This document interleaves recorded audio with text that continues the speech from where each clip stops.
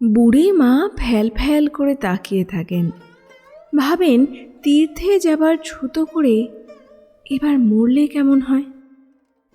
সামান্য একটা অসুখ হয়ে 4 ছেলের চেষ্টা বিফল করে 64 টাকা ফির ডাক্তারের ওষুধকে তুচ্ছ করে স্বাভাবিকভাবেই তিনি মারা গেলেন।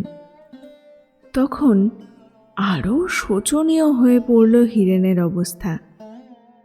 পুলকময়ী ও কৃষ্ণপ্রিয়ার শাড়ি গয়না ঠাকুর চাকর, নিশ্চিত নির্ভর চালচলন, অবসর, শৌখিনতা, ভালো ভালো জিনিস খাওয়া, হাসি আহ্লাদ সব কিছু ঈর্ষা ক্ষোভ হতাশা হয়ে আঁচড়ে কামড়ে ক্ষত বিক্ষত করেছে লক্ষ্মীর মন।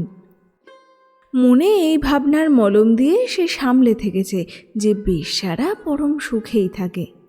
স্বামী পুত্র বুড়ি শাশুড়ির জন্য জীবন পাত করে খাটা, শাকপাতা ডাল ভাত পেটে গুঁজে কাজ করা, এই গৌরব ওরা কোথায় পাবে? নিজের মনেই সে গজর গজর করেছে, মরণ কামনা করেছে শুধু গোপনে নিজেকে শুনিয়ে।